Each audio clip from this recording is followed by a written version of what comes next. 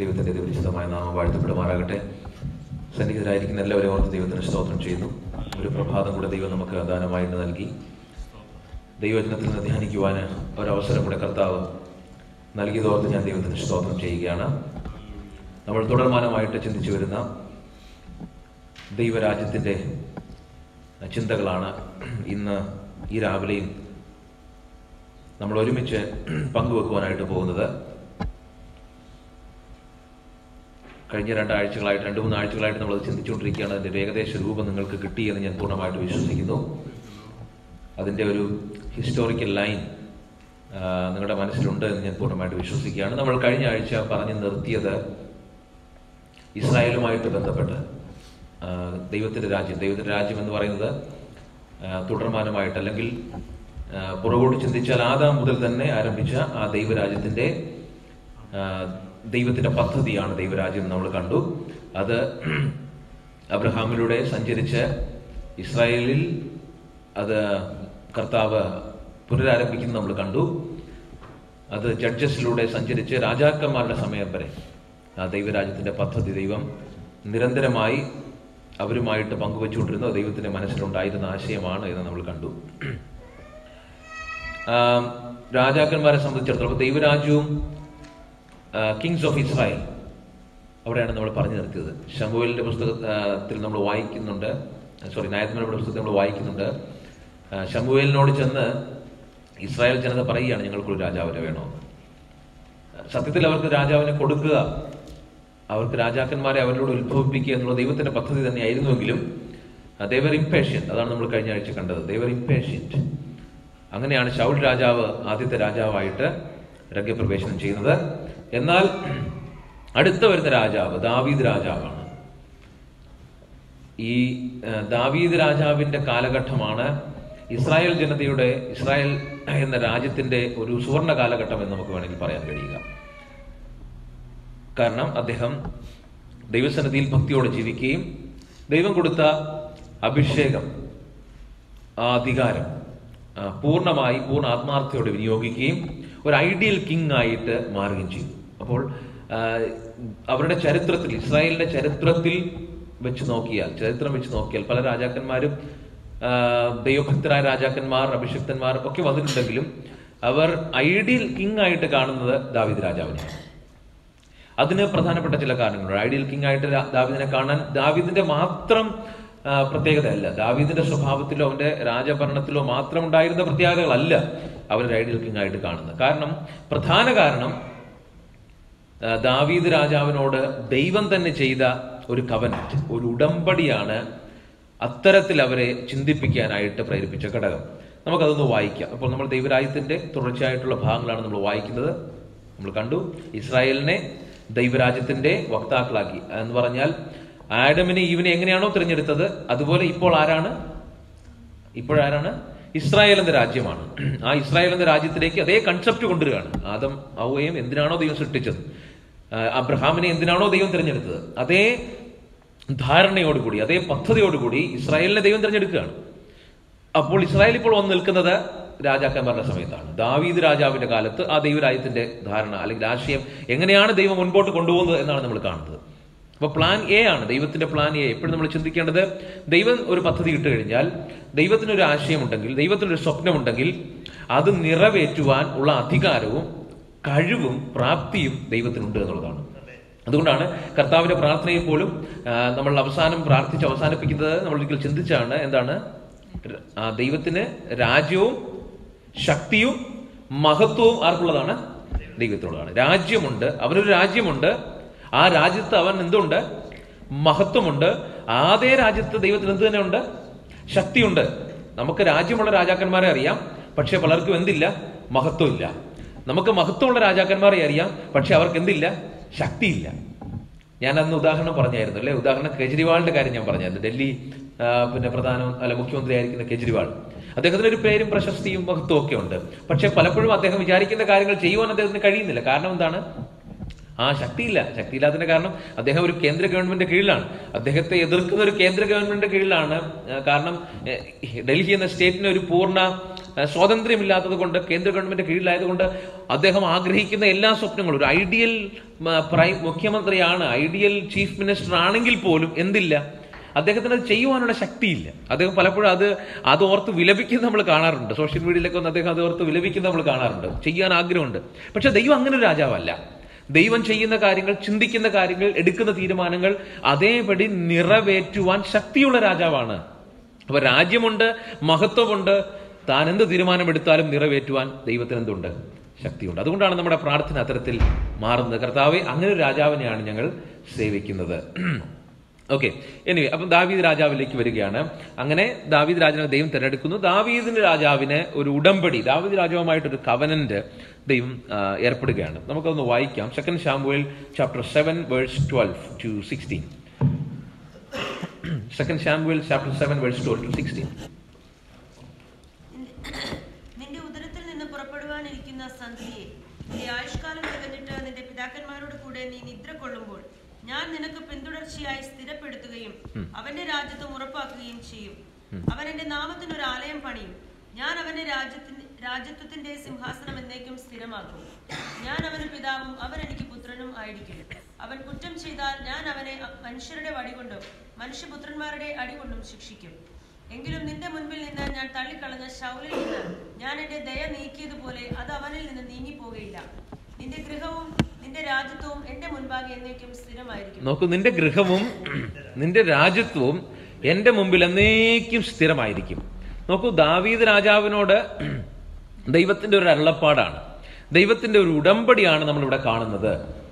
ഇത് വാസ്തവത്തിൽ ഇതിനകത്തുള്ള ചില കാര്യങ്ങൾ ആക്ഷരീകമായിട്ട് ചരിത്രത്തിൽ സംഭവിച്ച കാര്യങ്ങളാണ്.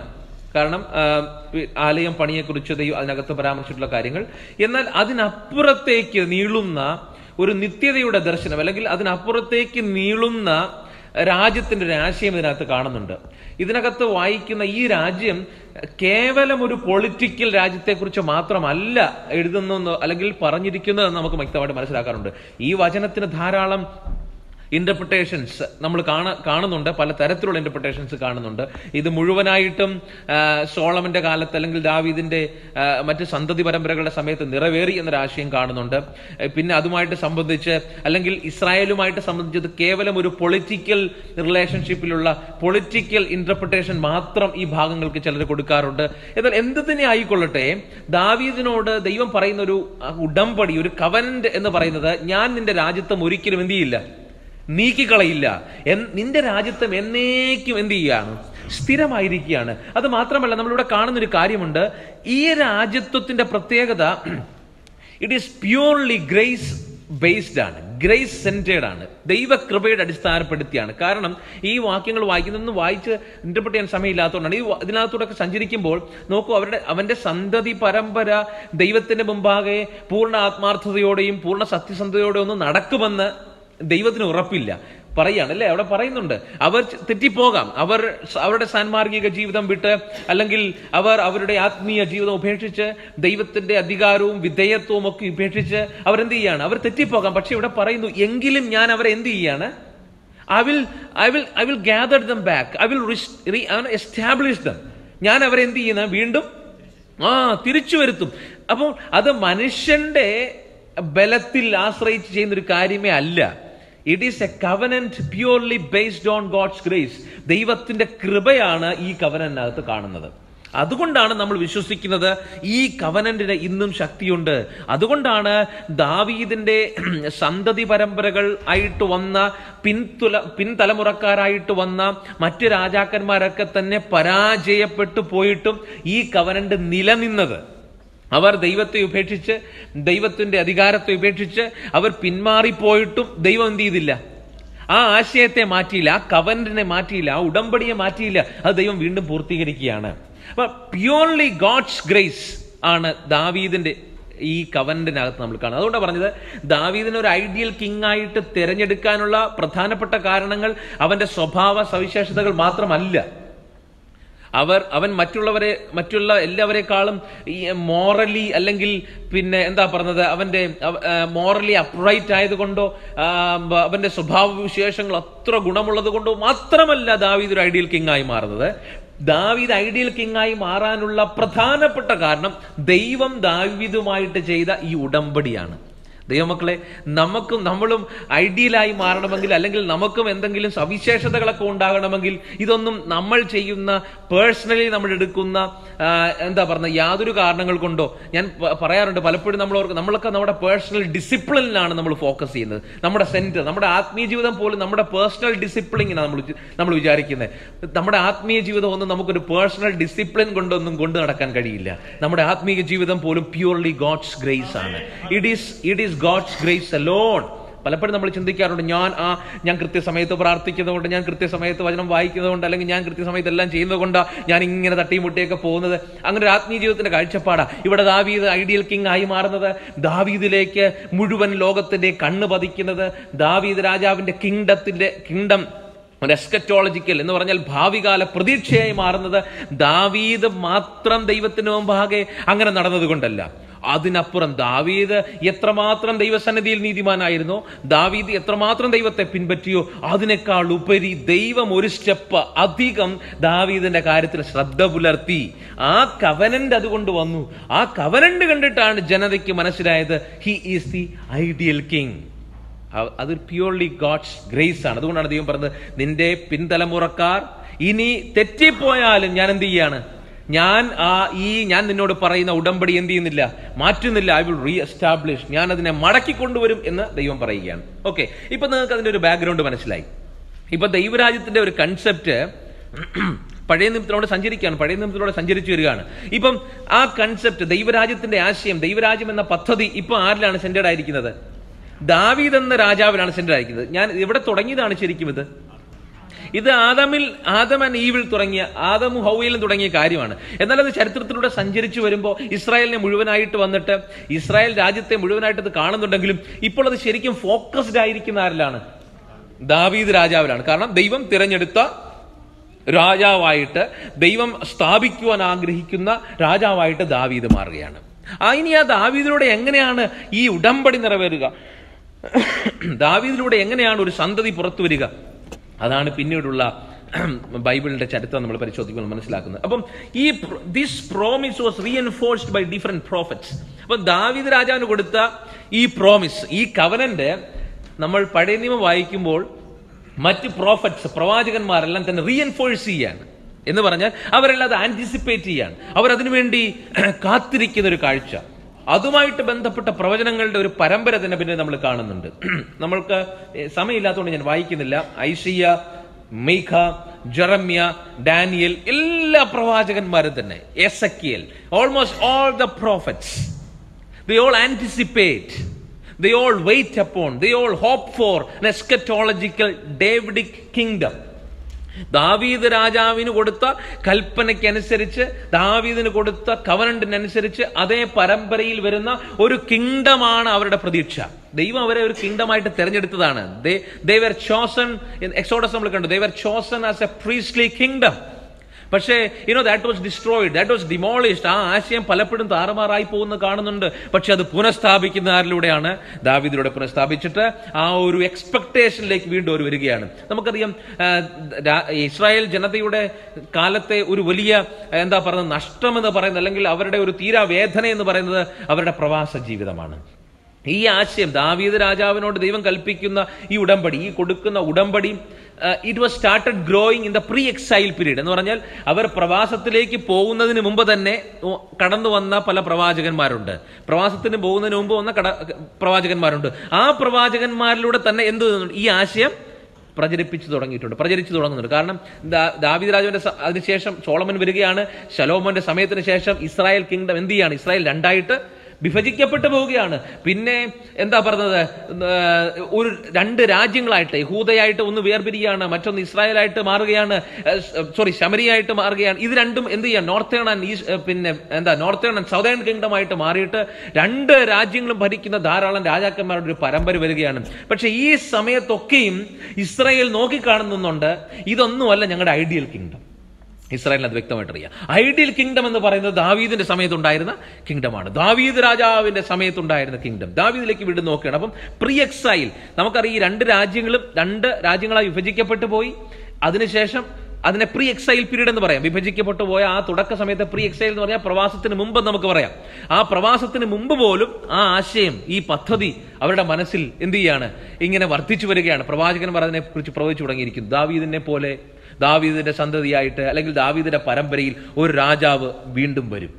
ദൈവം ആഗ്രഹിച്ച പ്രകാരം, ദൈവത്തിന്റെ പദ്ധതി പ്രകാരം, ദൈവത്തിന്റെ സ്വപ്നത്തിനനുസരിച്ച് ഒരു കിങ്ഡം ദൈവം വീണ്ടും എസ്റ്റാബ്ലിഷ് ചെയ്യും എന്ന് അവരുടെ മനസ്സിൽ, അല്ലെങ്കിൽ അവരുടെ ആശയങ്ങളിൽ, അവരുടെ വാക്കുകളിൽ, അവരുടെ പ്രവചനങ്ങളിൽ, അവരുടെ പ്രാർത്ഥനയിൽ, അവരുടെ ആരാധനയിൽ അത് മുഴങ്ങിക്കേൾക്കുകയാണ്. എന്നാൽ പോസ്റ്റ് എക്സൈൽ സമയത്ത്, പോസ്റ്റ് എക്സൈൽ എന്ന് പറഞ്ഞാൽ പ്രവാസത്തിന് ശേഷം, പ്രവാസത്തിൽ നിന്ന് അവർ എന്ത് ചെയ്യാണ്, മടങ്ങി വരികയാണ്. നമുക്കറിയാം, പിന്നെ 10 tribes of Israel, 10 tribes of Israel എന്താ പറഞ്ഞത്, അവർ അസിമിലേറ്റ്, അവർ എന്ത് ചെയ്യാണ്, അവർ മിക്സ് ആയിപ്പോയി. അവർ എന്ത് ചെയ്തു, മറ്റ് ജനതയുമായിട്ട് കൂടിക്കിടങ്ങി. അവരെ ഇപ്പോഴും വിളിക്കുന്നത് the lost tribes of lost 10 tribes എന്നാണ്. ഇസ്രായേലിന്റെ 10 ഗോത്രങ്ങൾ എന്ത് ചെയ്യാണ്, അവർ നഷ്ടപ്പെട്ടു പോവുകയാണ്. ഇത് ലോസ്റ്റ് ആണ്, അവർ ലോസ്റ്റ് ചെയ്തു. എന്നാൽ ബാക്കിയുള്ള യഹൂദയും ബെഞ്ചമിനും പോലുള്ള ട്രൈബ്സ് എന്ത് ചെയ്യാണ്, അവർ ബാബിലോണിയൻ പ്രവാസത്തിലേക്ക് കടന്നു പോവുകയാണ്. എന്നാൽ ബാബിലോണിയൻ പ്രവാസത്തിന് ശേഷമായിട്ട് അവർ തിരിച്ചു മടങ്ങി വരുമ്പോഴും, മടങ്ങി വരുന്ന സമയത്തും ആ മടങ്ങി വരവ് പോലും അവർക്ക് എന്താ ഒരു താൽക്കാലിക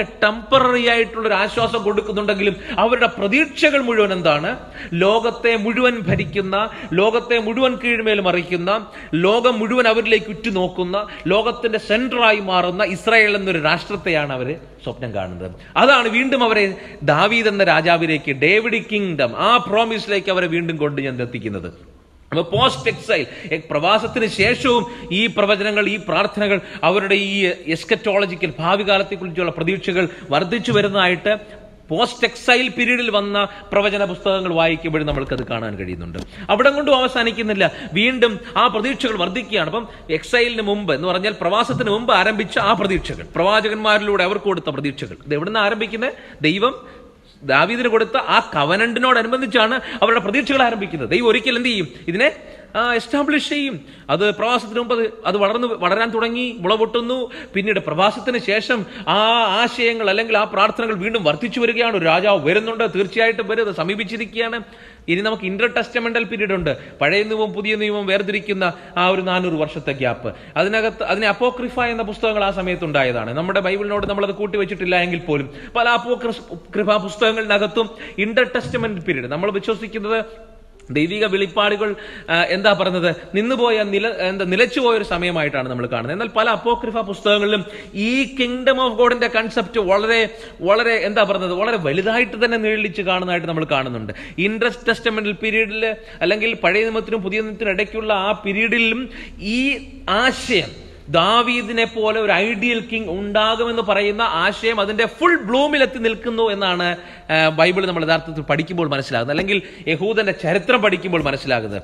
പ്രീ എക്സൈൽ തുടങ്ങിയ ആശയം, ആ പ്രാർത്ഥന, ആ ആഗ്രഹം, ആ ഹോപ്പ് ഇന്റർ ടെസ്റ്റമെന്റൽ പീരീഡ് ആയപ്പോൾ, എന്ന് പറഞ്ഞാൽ യേശു വരുന്നതിന് തൊട്ട് മുൻപ് ആ ആശയങ്ങൾ വളരെ വർദ്ധിച്ചു. അല്ലെങ്കിൽ അവരുടെ ഹോപ്പ് as a nation,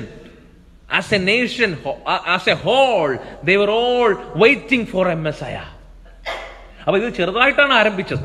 പ്രവാചകന്മാർ ഇതിന് ശക്തി കൊടുത്തു, പ്രവചന പുസ്തകങ്ങളിലൂടെ ഇതിന് ശക്തി കൊടുത്തു, അവർക്ക് ആ ഹോപ്പ് പറഞ്ഞു കൊടുത്തു. എന്നാൽ ഇന്റർ ടെസ്റ്റമെന്റൽ പീരീഡ് ആയപ്പോൾ അത് അധികം ശക്തിയായിട്ട് വർദ്ധിച്ചു വരുന്നൊരു സമയത്തെ കുറിച്ചാണ് നമ്മൾ ഇന്റർ ടെസ്റ്റമെന്റൽ പീരീഡ് കാണുന്നത്. നമ്മൾ മനസ്സിലാക്കേണ്ട ഒരു കാര്യമുണ്ട്. പക്ഷെ എങ്ങനെയായിരുന്നു അവരുടെ പ്രതീക്ഷ, എന്തായിരുന്നു അവരുടെ പ്രതീക്ഷ, എങ്ങനെയുള്ള രാജാവിനെ കുറിച്ചായിരുന്നു അവരുടെ പ്രതീക്ഷ എന്നുള്ളതാണ് ഇവിടെ വ്യക്തമായി മനസ്സിലാക്കേണ്ട ഒരു കാര്യം. എങ്ങനെ രാജാവിനെ ആയിരിക്കും അവർ ചിന്തിക്കുക? അവരുടെ ഫോക്കസ് എപ്പോഴും ആരിലാണ്? ഡേവിഡ് എന്നൊരു കിങ്, ഐഡിയൽ കിങ് ആരാണ്? ഡേവിഡ് ആണ്. ദാവീദിന്റെ എൻട്രി എങ്ങനെയായിരുന്നു? എങ്ങനെയാണ് ദാവീദിന്റെ എൻട്രി? ആരെ കൊന്നുകൊണ്ടാ ദാവീദ് എൻട്രി ചെയ്യുന്നത്? അതികായനായ, മല്ലനായ, വാരിയറായ ജയന്റ് ഗോലിയാത്തിനെ കൊന്നുകൊണ്ടാണ് ദാവീദ് എൻട്രി ചെയ്യുന്നത്. പിന്നെ ദാവീദിന്റെ സമയത്ത് നടന്ന യുദ്ധങ്ങൾ അല്ലെ, ചുരുക്കം ചിലരുമായിട്ടൊക്കെ ഇവൻ ഒറ്റപ്പെട്ട സമയത്ത് പോലും, അവൻ ഗുഹകളിലായിരുന്നു പാർത്തപ്പോഴും, ശൗൽ രാജാവ് അവനെ കൊല്ലുവാനായിട്ട് ആവുന്ന ശ്രമിച്ചിട്ട് നടക്കാൻ പറ്റില്ല അല്ലെ. പല ശത്രു രാജാക്കന്മാരെയും ചുരുങ്ങിയ സൈന്യ ബലം കൊണ്ട് നശിപ്പിക്കുന്ന ഒരു രാജാവ്. അപ്പം ഇവരുടെ പ്രതീക്ഷ മുഴുവൻ ദാവീദിനെ പോലൊരു രാജാവ് വരും. അങ്ങനെയാണെങ്കിൽ അതികായനായ, ശക്തനായ, സാമ്രാജ്യത്തെ തോൽപ്പിക്കാൻ, സാമ്രാജ്യ ശക്തികളെ തോൽപ്പിക്കാൻ അതിശക്തനായ ഒരു രാജാവ് വീണ്ടും ഞങ്ങളുടെ ഉള്ളിൽ നിന്ന് പുറപ്പെടുമെന്നൊരു ചിന്ത. അല്ലെങ്കിൽ അവർ നോക്കിക്കണ്ടത് മോസസിനെ പോലൊരു ലീഡറിനെയാണ് അവർ കണ്ടത്. അപ്പം ഡേവിഡിന്റെ ഐഡിയൽ കിങ് ആയിട്ട് കണ്ടെങ്കിലും, അല്ലെങ്കിൽ മോസസിനെ പോലൊരു നേതാവ് വരും. എങ്ങനെയാണ് മോസസ് കടന്നു വരുന്നത്? ബാധകൾ കൊണ്ട് ഈജിപ്തിനെ പൊറുതിമുട്ടിച്ച് അവിടെ നിന്ന് ഇസ്രായേലിനെ പുറത്തു കൊണ്ടുവന്ന് ഈ ചെങ്കടലിന്റെ മുമ്പിൽ കൊണ്ട് ചെങ്കടലിൽ രണ്ടായിട്ട് വിഭജിച്ച് ഞങ്ങളെ നടത്തി മന്നയൊക്കെ തന്ന് ഒരു പരദേശ യാത്രയിലൂടെ സഞ്ചരിക്കുമ്പോൾ പോലും ശത്രുരാജ്യങ്ങളെയൊക്കെ സംഹരിച്ച് എരിഹോ കോട്ടയൊക്കെ തകർത്ത് അങ്ങനെ തരിപ്പണമാക്കി വരുന്ന ഒരു രാജാവിന്റെ ചിത്രമാണ് അവിടെ മനസ്സിലുള്ളത്. അപ്പൊ സാമ്രാജ്യ ശക്തികളെ തച്ചുടയ്ക്കുകയും ജെന്റൈൽസ് എന്ന് പറഞ്ഞാൽ അന്യജാതിക്കാരായ രാജാക്കന്മാരെ തോൽപ്പിക്കുകയും ഭൂമി മുഴുവൻ പിടിച്ചടക്കുകയൊക്കെ ചെയ്യുന്ന ഒരു രാജാവിനെ കുറിച്ചുള്ള ഒരു കൺസെപ്റ്റ്. ആ സമയത്താണ് അലക്സാണ്ടർ ചക്രവർത്തിയൊക്കെ, അല്ലെങ്കിൽ അതിന് മുൻപൊക്കെയാണ് അലക്സാണ്ടർ ദ ഗ്രേറ്റ് ഒക്കെ ലോകം അടക്കി ഭരിക്കുന്ന ഒരു സമയം. അതിനുശേഷമാണ് റോമാ സാമ്രാജ്യം, അത് ഗ്രീക്ക് സാമ്രാജ്യം, പിന്നീട് റോമാ സാമ്രാജ്യത്തിലേക്കൊക്കെ വഴിമാറുന്നത്. അപ്പം അതികായന്മാരായ റോമാൻ ചക്രവർത്തിമാരെയൊക്കെ കണ്ടു തുടങ്ങിയ ഒരു സമയം.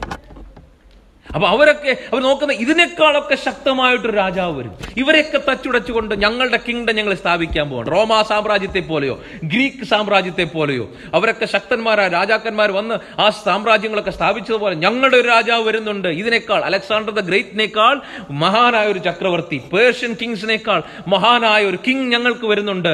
ഞങ്ങൾ ലോകം ഭരിക്കാൻ പോവുകയാണ്.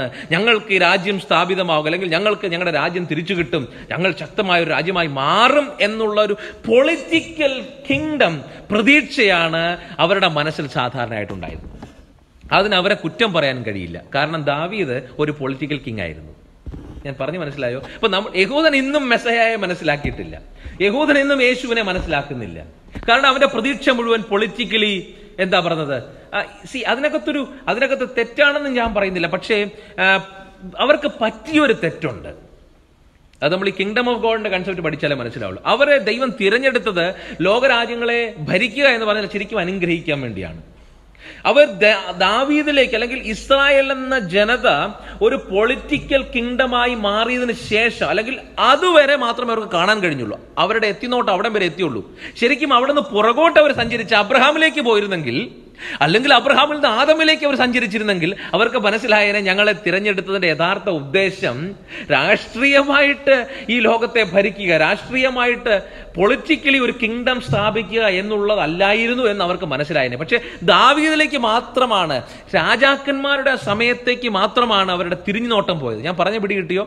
ഇപ്പൊ കിങ്ഡം ഓഫ് ഗോഡ്, ദൈവരാജ്യത്തിന്റെ ഒരു കൺസെപ്റ്റ്, അല്ലെങ്കിൽ ഞങ്ങളുടെ രാജ്യം എന്നൊരു കൺസെപ്റ്റ് ദാവീദിൽ കിങ്ഡം, കിങ്ഷിപ്പിൽ അങ്ങനെ ഒരു കിങ്ലി റൂളിൽ സെന്റേഡ് ആയതുകൊണ്ട് അതിനകത്ത് അടങ്ങിയിരിക്കുന്ന സ്പിരിച്വലി ഉള്ള കാര്യങ്ങൾ, അതിനകത്ത് അടങ്ങിയിരിക്കുന്ന ആത്മീകമായ മൂല്യങ്ങളോ ആത്മീകമായ കാഴ്ച, ദൈവത്തിന്റെ സ്വപ്നമോ അവർക്ക് കാണാൻ കഴിഞ്ഞില്ല. അതുകൊണ്ട് ഒരു സോൾ ഫോക്കസ് ആയിരുന്നു. ഒരു പർട്ടിക്കുലർ ആസ്പെക്റ്റിൽ മാത്രമാണ് അവർ കിങ്ഡത്തെ കണ്ടത്. അത് പൊളിറ്റിക്കൽ ആസ്പെക്ട് ആയിരുന്നു. പറഞ്ഞു പിടി കിട്ടിയോ? ദൈവം ചിലപ്പോഴും നമ്മളോടും പല കാര്യങ്ങളൊക്കെ പറഞ്ഞിട്ട് നമ്മൾ അതിനെ ഇന്റർപ്രറ്റ് ചെയ്തെടുക്കുന്നത് നമുക്ക് ഇഷ്ടമുള്ള രീതിയിൽ മാത്രമാണ്. പലപ്പോഴും നമുക്ക് അങ്ങനെയുള്ള തെറ്റ് പറ്റാറുണ്ട് അല്ലേ? ദൈവം ഹോളിസ്റ്റിക്കലി ആണ് പല കാര്യങ്ങളും പറയുന്നത്. പക്ഷേ നമുക്ക് ഇഷ്ടമുള്ള ആസ്പെക്ട് മാത്രം നമ്മൾ എടുത്തിട്ട് നമ്മൾ അതിനുവേണ്ടി ഇങ്ങനെ പറഞ്ഞുകൊണ്ടിരിക്കും. അപ്പം ദൈവത്തിന്റെ ആശയങ്ങൾ ഹോളിസ്റ്റിക്കലി കാണാൻ അവർക്ക് കഴിഞ്ഞില്ല എന്നുള്ളതാണ് ഒരു വലിയ തെറ്റ്. അപ്പം അവർ കണ്ടിരുന്ന ഒരു കിങ് എന്ന് പറയുന്നത്, like David, killing a giant and making an entry into the പിന്നെ ഒരു വാർഫെയർ ഉണ്ടാക്കിയിട്ട് ജെന്റൈൽസിനെ മുഴുവൻ കൊന്നുപിടിക്കുന്നത്. അപ്പൊ അവരുടെ അണ്ടർസ്റ്റാൻഡിംഗിൽ കിങ്ഡം എന്ന് പറയുന്നത്, അല്ലെങ്കിൽ കിങ് എന്ന് പറയുന്നത് ശത്രുവിനെ കൊന്ന് എന്ത് ചെയ്യണം? ശത്രുവിനെ നശിപ്പിച്ച് കിങ്ഡം സ്ഥാപിക്കണം. അതായിരുന്നു അവരുടെ പ്രതീക്ഷ.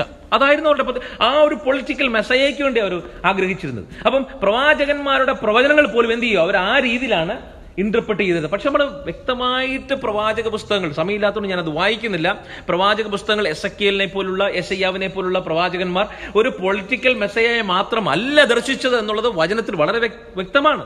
അതിനകത്തൊരു സ്പിരിച്വൽ സ്പിരിച്വൽ ക്ലെൻസിങ് ഉണ്ട് അല്ലേ? എസെക്കിയേലൊക്കെ പറഞ്ഞു ഞാൻ എൻ്റെ ആത്മാവിനെ പകരും. ജോയിൽ പറയുന്നത് എന്താണ്? ഞാൻ എൻ്റെ ആത്മാവിനെ പകരും. അപ്പോൾ ഒരു സ്പിരിച്വൽ ആസ്പെക്ടിനെ എത്രമാത്രം ഉൾക്കൊള്ളാൻ അവർക്ക് കഴിഞ്ഞു എന്ന് എനിക്ക് മനസ്സിലാക്കുന്നില്ല. അവർ എടുത്തത് മെറ്റീരിയലി, ഫിസിക്കൽ, പൊളിറ്റിക്കൽ കിങ്ഡം മാത്രമാണ് അവർ എടുത്തത്. ദൈവം കൊടുത്ത ദൈവരാജ്യത്തെക്കുറിച്ചുള്ള ആത്മീയ ചിന്തകൾ അവർക്ക്, അവിടെയാണ് യേശു രംഗപ്രവേശനം ചെയ്യുന്നത്. നമ്മളിപ്പോൾ ആ പുതിയ നിയമത്തിലേക്ക് കണക്ട് ചെയ്യാം.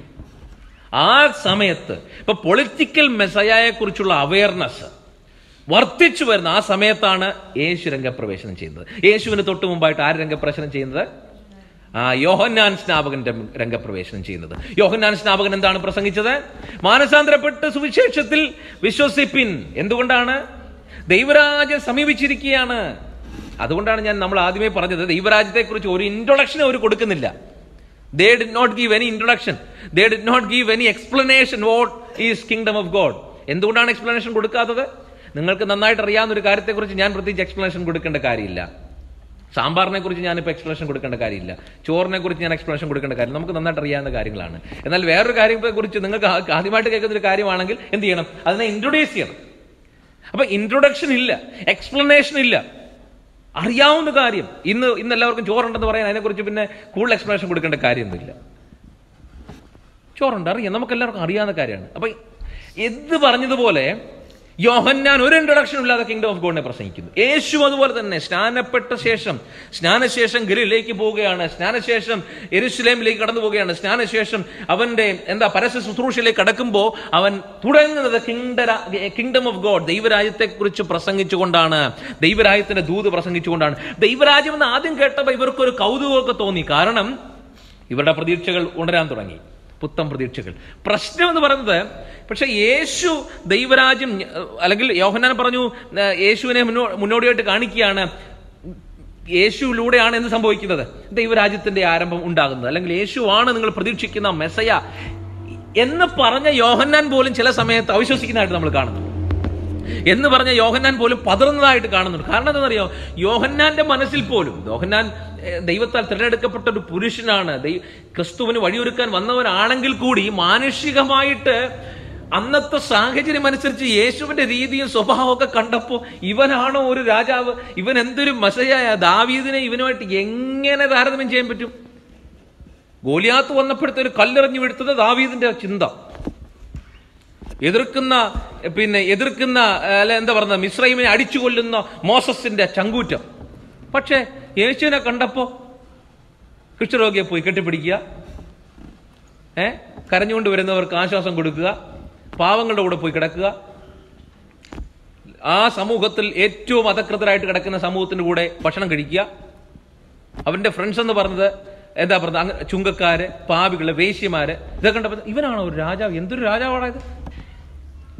അവരുടെ ആശയം അവർക്ക് അങ്ങോട്ട് യേശുവിലേക്ക് ചേർത്ത് വെക്കാൻ കഴിയുന്നില്ല. അതുകൊണ്ടാണ് ഒരു സമയത്ത് യോഹന്നാൻ പോലും, വഴിയൊരുക്കാൻ വന്നവൻ പോലും പതറിപ്പോയി. ഇവൻ തന്നെയാണോ ശരിക്കും? അങ്ങ് തന്നെയാണോ? ഇനി വേറെ ആൾക്കൊണ്ട് നോക്കിയിരിക്കണോ? അങ്ങയുടെ രീതിയെ കണ്ടിട്ട് എനിക്ക് തോന്നുന്നില്ല രാജാവാൻ പറ്റുമെന്ന് തോന്നില്ല.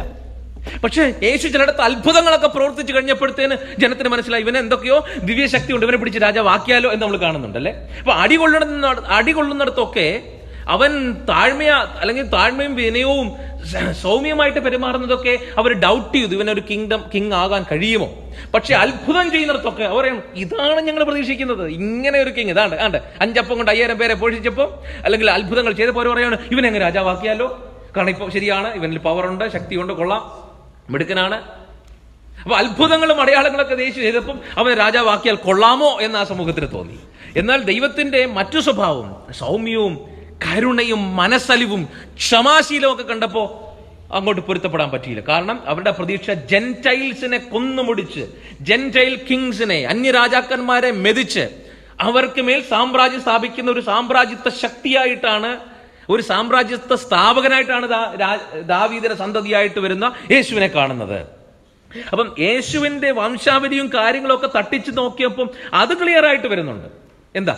ദാവീദിന്റെ സന്തതി പരമ്പരയിലാണ് ജനിച്ചത്. അപ്പൊ ആ കാര്യങ്ങളൊക്കെ ശരിയാവുന്നു, മറ്റു പ്രവചനങ്ങളൊക്കെ ശരിയാവുന്നു. പക്ഷേ പ്രശ്നം എന്ന് പറഞ്ഞാൽ യേശുവിന്റെ പ്രസംഗവും യേശുവിന്റെ സ്വഭാവവും ഒന്നും ഇവർക്ക് അങ്ങോട്ട് അതുമായിട്ട് താരതമ്യപ്പെടുത്താൻ പറ്റുന്നില്ല. അപ്പൊ ദാവീദ് രാജാവ്, അല്ലെങ്കിൽ ദാവീദിന്റെ സന്തതിയായി ജനിച്ച, ദാവീദിന്റെ പരമ്പരയിൽ നിന്ന് വരുന്ന മെസ്സയ യേശുവാണെന്ന് സംശയിക്കാൻ പ്രധാനപ്പെട്ട കാരണം അവന്റെ വംശാവലിയിൽ ഉണ്ടായിരുന്ന പോരായ്മകളല്ല, അവന് മറ്റെന്തെങ്കിലും അയോഗ്യതകൾ, ആ രീതിയിൽ ജാതീയപരമായിട്ടോ അവന്റെ ജനനപരമായിട്ടോ ഉണ്ടായ പ്രശ്നങ്ങളൊന്നുമല്ല. സംശയിക്കാൻ ഒറ്റ കാരണം യേശുവിന്റെ ശുശ്രൂഷ സ്റ്റൈലാണ്, യേശുവിന്റെ മിഷൻ ഫോക്കസ് ആണ് അവർ സംശയിക്കാൻ ഇടയായിത്തീർന്നത്. നമ്മൾ മനസ്സിലാക്കേണ്ട ഒരു കാര്യമുണ്ട്. ഞാൻ 5 മിനിറ്റ് കൂടെ നിർത്തുകയാണ്. 10 o'clock നിർത്തണമെന്ന് ഉണ്ട്, അതുകൊണ്ട് നിർത്തുകയാണ്. അപ്പോൾ ഈ യേശുവിനെ സംശയിക്കാൻ കാരണം അവന്റെ ശുശ്രൂഷയിലുണ്ടായ ആ ഒരു എന്താ പറയുക വ്യത്യാസമാണ് ആ ഒരു ഡൗട്ടിലേക്ക് അവരെ കൊണ്ടുവന്നെത്തിക്കുന്നത്. കാരണമുണ്ട്. യേശു വരുന്നത് നമുക്കറിയാം,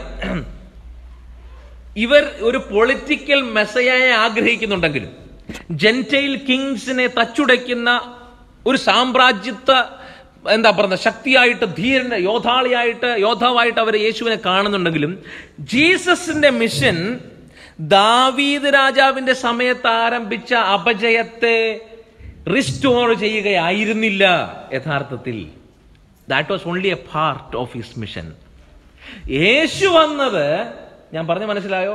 യേശു വന്ന കിങ്ഡം സ്ഥാപിക്കാൻ വന്നത് ആദാമിന്റെ ഹവ്വയുടെയും സമയത്ത് നഷ്ടപ്പെട്ട കിങ്ഡം സ്ഥാപിക്കാനാണ്. അവിടെയാണ് നമ്മുടെ ബൈബിളിക്കൽ ഇന്റർപ്രിട്ടേഷനൊക്കെ ഇന്ന് മിസ്റ്റേക്ക് ഉണ്ടാകുന്നത്, കുറച്ചൊക്കെ പരാധീനത ഉണ്ടാകുന്നത്. നമ്മളുടെ ഫോക്കസ് ഇപ്പോഴും ഇസ്രായേലിനെ ഫോക്കസ് ചെയ്യേണ്ട, പൊളിറ്റിക്കൽ ഇസ്രായേലിനെ ഫോക്കസ് ചെയ്യണ്ട എന്ന് ഞാൻ പറയുന്നില്ല. ഇസ്രായേലിന് ദൈവം തിരഞ്ഞെടുത്ത ജനതയായതുകൊണ്ട് അംഗീകാരവും അവകാശവും ഇന്നും ആ വാക്തത്വമൊക്കെ നിറവേറണമെന്നുണ്ട്. അതൊക്കെ ഒരു ആർഗ്യുമെന്റൽ സബ്ജക്റ്റ് ആണ്. അതിലേക്ക് ഞാനിപ്പോൾ കടന്നു പോകുന്നില്ല. കാരണം എത്ര പറഞ്ഞെന്ന് പറഞ്ഞാലും അതിനകത്ത് still there will be arguments. But my focus of the kingdom of God, I'm trying to എന്താ പറഞ്ഞ, ഞാനിതിനെ കൂട്ടിമുട്ടിക്കാൻ, stretch that concept back into the Adam and Eve. Political മെസ്സയായിട്ട് വന്ന യേശു അല്ലെങ്കിൽ പൊളിറ്റിക്കൽ മെസ്സയ ആകും എന്ന് കരുതിയ അവർക്ക് മുൻപിൽ യേശുവിന്റെ മിഷൻ കാണിച്ചത് ദാവീദിന്റെ സമയത്തല്ല കിങ്ഡം ഓഫ് ഗോഡ് നഷ്ടപ്പെട്ടത്. ദാവീദിന്റെ സമയത്തല്ല യഥാർത്ഥത്തിൽ രാജ്യം നഷ്ടപ്പെട്ടത് എന്ന് യേശു അവരെ പഠിപ്പിക്കുകയാണ്. എത്ര പേര് എന്നെ ഫോളോ ചെയ്യുന്നുണ്ട്? പിന്നെ എവിടെയാണ് നഷ്ടപ്പെട്ടത്? യഥാർത്ഥത്തിൽ ജെന്റൈൽ കിങ്സിന് മുമ്പിൽ, ഭൂമിയിലെ അന്യരാജാക്കന്മാർക്ക് മുൻപിൽ നിങ്ങൾ പതറിപ്പോയപ്പോഴല്ല ദാവീദിന്റെ രാജ്യത്വം നഷ്ടപ്പെട്ടത്. പിന്നെ എപ്പോഴാണ് നിങ്ങളുടെ രാജ്യത്വം നഷ്ടപ്പെട്ടത്?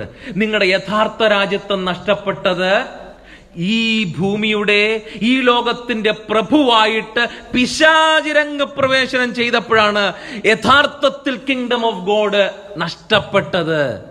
ദൈവരാജ്യം നഷ്ടപ്പെട്ടെന്ന ആശയം യേശു പഠിപ്പിക്കുകയാണ്. അതാണ് യേശുവിന്റെ ഫോക്കസ്. അപ്പൊ അവരുടെ ഫോക്കസ് മുഴുവൻ ദാവീദിന്റെ സമയത്ത് നമുക്ക് നഷ്ടപ്പെട്ട പൊളിറ്റിക്കൽ ഇസ്രായേലിനെ എന്ത് ചെയ്യണം? തിരിച്ചു കൊണ്ടുവരണം. പക്ഷെ യേശുവിന്റെ മിഷൻ എന്താണ്? What is the mission of Christ? അന്നത്തെ ആ കിങ്ഡം ഓഫ് ഗോഡ് വരാനുണ്ടായ സാഹചര്യം അത് എവിടെയാണ്? ബാക്കിലേക്ക് യേശു സഞ്ചരിക്കുകയാണ്. അത് ആദമാണ് ഹവ്വയിലാണ്, ഏദനിലാണ് നഷ്ടപ്പെട്ടത്. അപ്പൊ ജെന്റൈൽ കിങ്സിനല്ല, അന്യരാജാക്കന്മാരല്ല നമ്മുടെ യഥാർത്ഥ ശത്രു എന്ന് യേശു അവിടെ പഠിപ്പിക്കുകയാണ്. നമ്മുടെ യഥാർത്ഥ ശത്രു ഒരാളുണ്ട്. അപ്പം യേശുവും അന്യരാജാക്കന്മാരുമായിട്ട്, യേശുവും റോമൻ ചക്രവർത്തിമാരുമായിട്ട്, യേശു അല്ലെങ്കിൽ അന്നത്തെ മറ്റൊരു സാമ്രാജ്യ ശക്തികളുമായിട്ടൊക്കെ പോരാടുന്നത് കാണാൻ, അവരുടെ കയ്യിൽ നിന്ന് രാജ്യത്തെ പിടിച്ചെടുക്കുന്നത് കാണാൻ, ദാവീദ് ഗോലിയാത്തിനെ കൊന്ന പോലെ രാജാക്കന്മാരെ, റോമൻ ചക്രവർത്തിമാരെ കൊന്നുമുടിച്ച് രാജ്യം പിടിച്ചെടുക്കുന്നത് കാണാൻ ഇസ്രായേൽ കൊതിച്ചപ്പം യേശു പറയുന്ന ഒരു കാഴ്ചയുണ്ട്, യേശു പറയുന്ന ഒരു കാര്യമുണ്ട്, അല്ലെങ്കിൽ യേശുവിന്റെ മിഷൻ വ്യക്തമാക്കുന്ന ഒരു കാര്യമുണ്ട്. ഇവരൊന്നുമല്ല നമ്മുടെ യഥാർത്ഥ ശത്രു. ഇവരിൽ നിന്ന് പിടിച്ചെടുക്കാനുള്ള രാജ്യത്വമല്ല നമ്മുടെ രാജ്യത്വം. എന്റെ രാജ്യത്വം ഐഹികമല്ല എന്ന് യേശു പറയുകയാണ്. ഇവരിൽ നല്ല നമ്മുടെ രാജ്യത്തെ പിടിച്ചെടുക്കേണ്ടത്. നിങ്ങളുടെ രാജ്യത്വം നഷ്ടപ്പെട്ടിരിക്കുന്നത് ഈ ലോകത്തിന്റെ പ്രഭുവിന് മുൻപിലാണ്. ആരാണ് ഈ ലോകത്തിന്റെ പ്രഭു? വീണുപോയ ദൂതനായ പിശാചാണ് ഈ ലോകത്തിന്റെ പ്രഭു. അപ്പൊ ഞാൻ വന്നിരിക്കുന്നത് ആ രാജ്യം തിരിച്ചു പിടിക്കാനാണ്. നിങ്ങൾ പറയുന്ന പൊളിറ്റിക്കൽ കിങ്ഡം പിടിച്ചെടുക്കാനല്ല. പൊളിറ്റിക്കൽ കിങ്ഡം അതിന്റെ വഴിക്ക് പൊക്കോട്ടെ, അത് അതിന്റെ സമയത്ത് ദൈവം ചെയ്തോളും. ദൈവത്തിന് അതിന് പ്രത്യേക പദ്ധതികളൊക്കെ ഉണ്ട്. പക്ഷെ എന്റെ മിഷൻ എന്ന് പറയുന്നത് ആ രാജ്യം, ഏദനിൽ നഷ്ടപ്പെട്ട രാജ്യം തിരിച്ചു പിടിക്കുക. എന്തായിരുന്നു ഏദനിൽ നഷ്ടപ്പെട്ട രാജ്യം? എന്തായിരുന്നു ഏദനിൽ നഷ്ടപ്പെട്ട കാര്യം?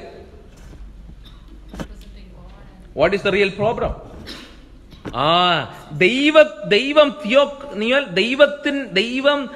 ദൈവത്തിന് വിധേയപ്പെട്ട മനുഷ്യനിലൂടെ ഈ ലോകത്തെ ഭരിക്കാൻ ദൈവം ഡിസൈൻ ചെയ്തൊരു പദ്ധതി.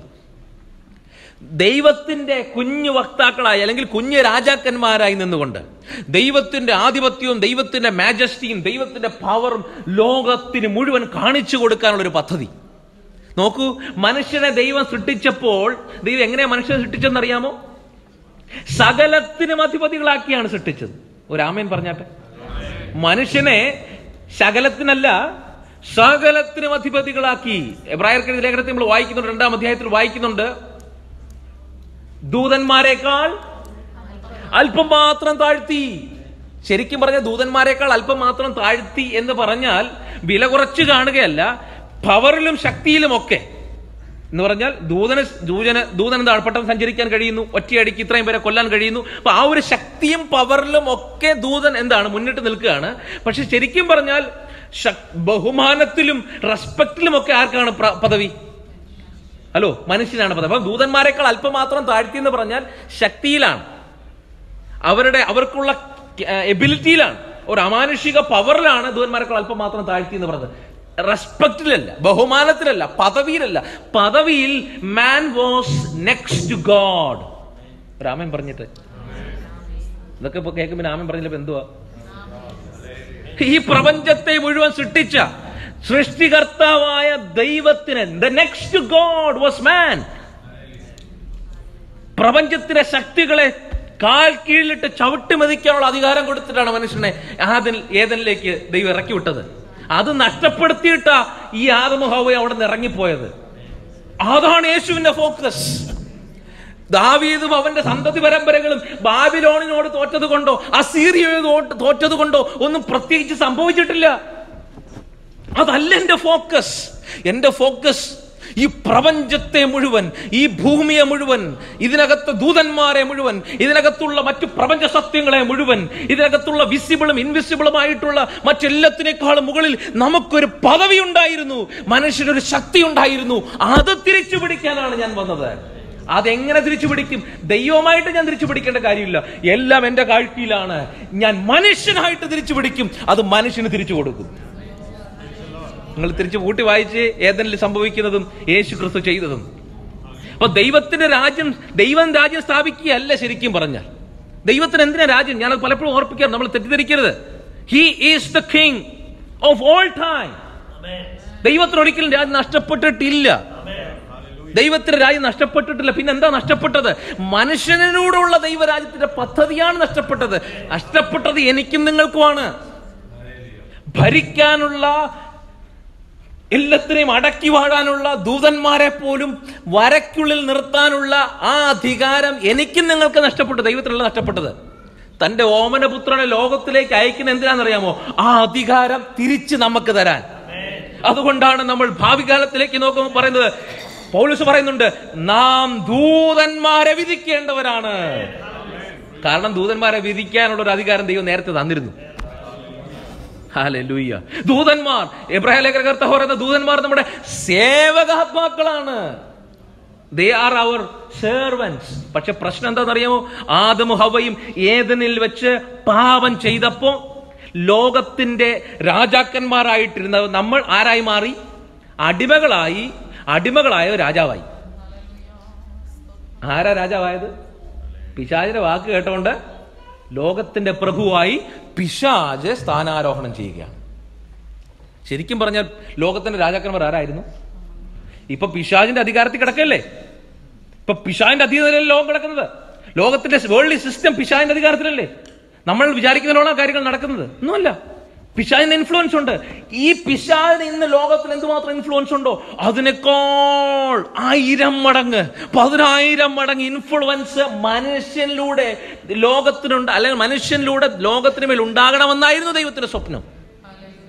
എബ്രായ ലേഖനം നമുക്ക് അടുത്ത ആഴ്ച ആ വാക്യങ്ങളൊക്കെ വായിച്ച് ഒന്നുകൂടെ വിശദമായിട്ട് ചിന്തിക്കാം. അപ്പം യേശു വന്നത് ദാവീദ് എന്ന രാജാവിന് നഷ്ടപ്പെട്ട പൊളിറ്റിക്കൽ കിങ്ഡം സ്ഥാപിക്കാനല്ല. യേശു എന്ന രാജാവ് വന്നത് യഥാർത്ഥ രാജാവായിട്ടാണ്. ഇസ്രായേലിന്റെ മാത്രം രാജാവായിട്ടല്ല. യേശു എന്ന രാജാവ് വന്നത് ആദാമിനും ഹവ്വയ്ക്കും ഏദനിൽ നഷ്ടപ്പെട്ട രാജ്യം തിരിച്ചു പിടിക്കാനാണ്. എത്ര പേർക്ക് സന്തോഷമുണ്ട്? ഇസ്രായേലിന് മാത്രം രാജ്യം തിരിച്ചു പിടിക്കുന്ന ഒരു സാമ്രാജ്യത്തെ ശക്തിയായിട്ട്, ഒരു സാമ്രാജ്യ യോദ്ധാവായിട്ട് യേശു വന്നിരുന്നെങ്കിൽ നമുക്ക് പ്രത്യേകിച്ച് ഗുണമൊന്നുമില്ലായിരുന്നു. എന്നാൽ ആദമും ഹവ്വയിലും നാം ഉണ്ടായിരുന്നത് കൊണ്ട്, നമ്മെ ദൈവം അവരിലൂടെ തിരഞ്ഞെടുത്തിരുന്നത് കൊണ്ട്, ആ ഏതിൽ നഷ്ടപ്പെട്ട രാജ്യം തിരിച്ചു പിടിക്കുമ്പോൾ അതിനകത്ത് അധികാരവും പദവിയും ശക്തിയും ദൈവം നമുക്ക് തിരിച്ചു നൽകുകയാണ്. ഹല്ലേലൂയ. അപ്പൊ അവര് പൊളിറ്റിക്കൽ മെസ്സേജയ്ക്ക് വേണ്ടി വെയിറ്റ് ചെയ്തു. എന്നാൽ യേശു സ്ഥാപിക്കാൻ വന്നത് കേവലം ഒരു പൊളിറ്റിക്കൽ കിങ്ഡം അല്ല. പൊളിറ്റിക്കൽ കിങ്ഡത്തിന് അതിന്റെ സ്ഥാനമുണ്ട്. അതിലേക്ക് ഞാൻ എന്റെ വിഷയത്തെ കൊണ്ടുപോകുന്നില്ല. പക്ഷെ മനസ്സിലാക്കേണ്ട ഒരു കാര്യമുണ്ട്, പൊളിറ്റിക്കൽ കിങ്ഡം മാത്രമാണ് ഇന്ന് നമ്മുടെ ഇന്റർപ്രിട്ടേഷനിൽ ഇസ്രായേൽ മാത്രമാണ് പലപ്പോഴും കടന്നു വരാറുള്ളത്. ഇസ്രായേലിനെ സെൻറ്റർ ചെയ്തുകൊണ്ട് നമ്മൾ പല കാര്യങ്ങളും ചെയ്യാറുള്ളത്. പക്ഷേ ഇസ്രായേലിനെ ഫോക്കസ് ചെയ്തുകൊണ്ട് നമ്മൾ ചെയ്യുമ്പോൾ മറന്നു പോകുന്നൊരു കാര്യമുണ്ട്. ഏദനിൽ ആദമും ഹൗവയും നമ്മൾ മറന്നു പോവുകയാണ്. ഞാൻ ഇന്നലെയും നിങ്ങൾ മനുഷ്യരോട് സംസാരിച്ചപ്പോൾ ഞാൻ പറഞ്ഞു, നമ്മുടെ ഫോക്കസ് ദാനിയേലും റെവലേഷനുമാണ്. എന്നാൽ നമ്മൾ നമ്മൾ മാച്ച് ചെയ്ത് നോക്കേണ്ടത് കേവലം ദാനിയലും റെവലേഷനും അല്ല, റെവലേഷനും ജെനിസിസുമാണ്. ഉൽപ്പത്തിയും വെളിപ്പാടുമായിട്ട് താരതമ്യം ചെയ്ത് പഠിക്കുക. ഉൽപ്പത്തിയിൽ എന്താണോ നഷ്ടപ്പെട്ടത് അത് ദൈവം തിരിച്ചു പിടിക്കുകയാണ്. ദാവീദിന്റെ സമയത്ത് നഷ്ടപ്പെട്ട, ഇസ്രായേലിൽ നഷ്ടപ്പെട്ട കേവലം ഒരു ഭൂമി തിരിച്ചു പിടിക്കലല്ല, പാലസ്തീൻ തിരിച്ചു പിടിക്കലല്ല, അതിന്റെ ഏതെങ്കിലും തോടുകളോ അതിന്റെ ആറുകളോ അതിന്റെ മലകളോ തിരിച്ചു പിടിക്കലല്ല യേശുവിന്റെ പദ്ധതി. സർവ്വഭൂമിക്കും അധികാരിയായ യേശു ദൈവം മനുഷ്യനിലൂടെ വീണ്ടും ദൈവത്തിന്റെ രാജ്യം സർവ്വഭൂമിയിലും സ്ഥാപിക്കുവാൻ ആഗ്രഹിക്കുന്നു. നമുക്കതിനെക്കുറിച്ച് വിശദമായിട്ട് അടുത്ത ആഴ്ച കാണാം. ഇവിടെ ഞാൻ നിർത്തുകയാണ്. ദൈവം നമ്മളെ സഹായിക്കുമാറാകട്ടെ. നമുക്ക് പ്രാർത്ഥിക്കാം. ഹല്ലേലൂയ. നമുക്ക് കർത്താവിനോട് നന്ദി പറയാം. ആ യേശുവിൽ നമ്മളും ഉണ്ടായിരുന്നു.